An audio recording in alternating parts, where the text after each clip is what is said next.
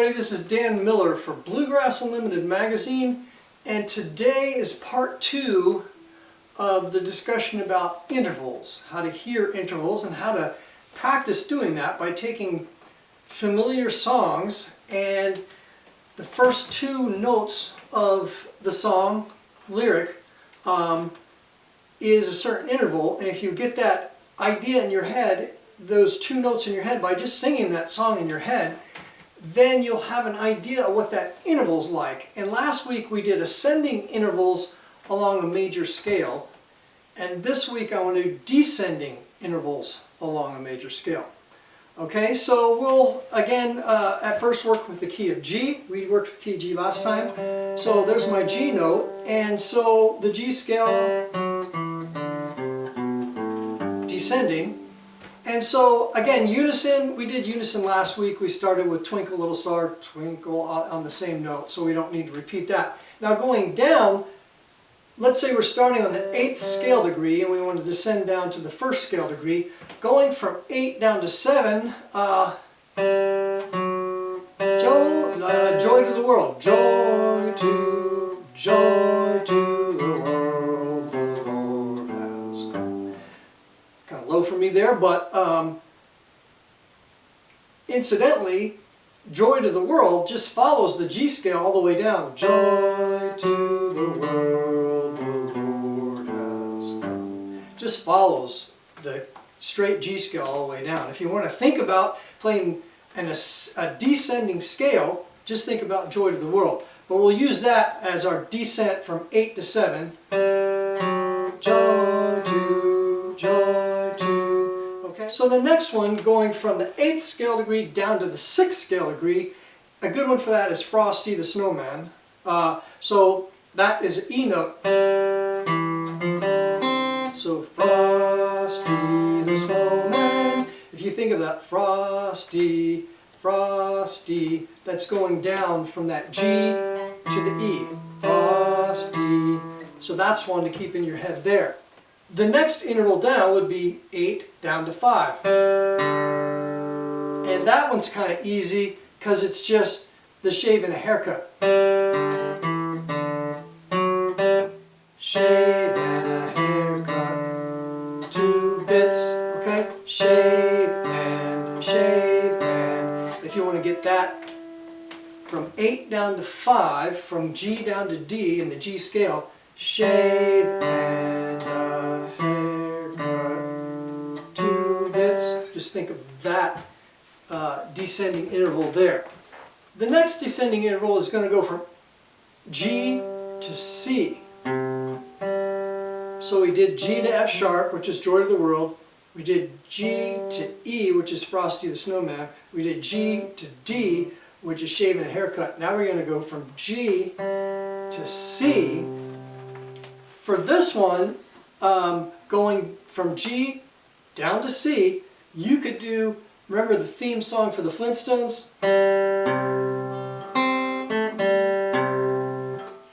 Flintstones, meet the Flintstones. Okay?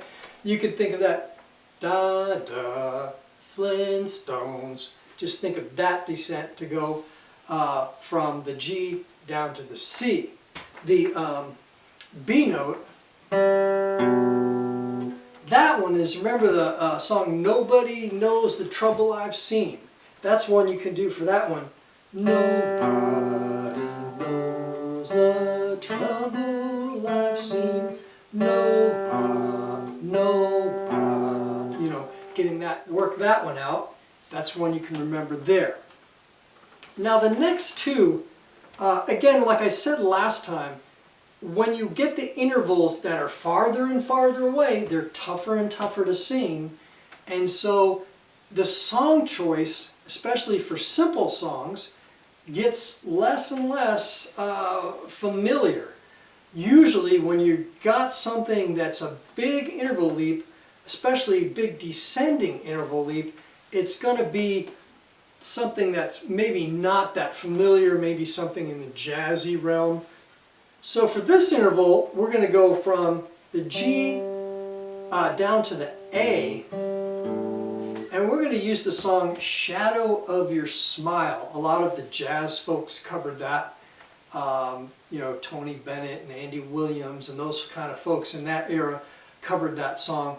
So let's see what that looks like. I'll play the first few notes of that.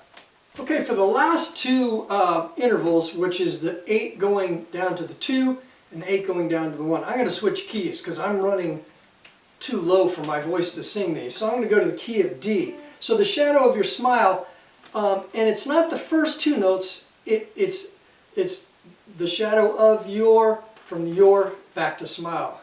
It's going, so in key of D, the shadow of your smile. So in D that goes from the D, your smile, that back to the E.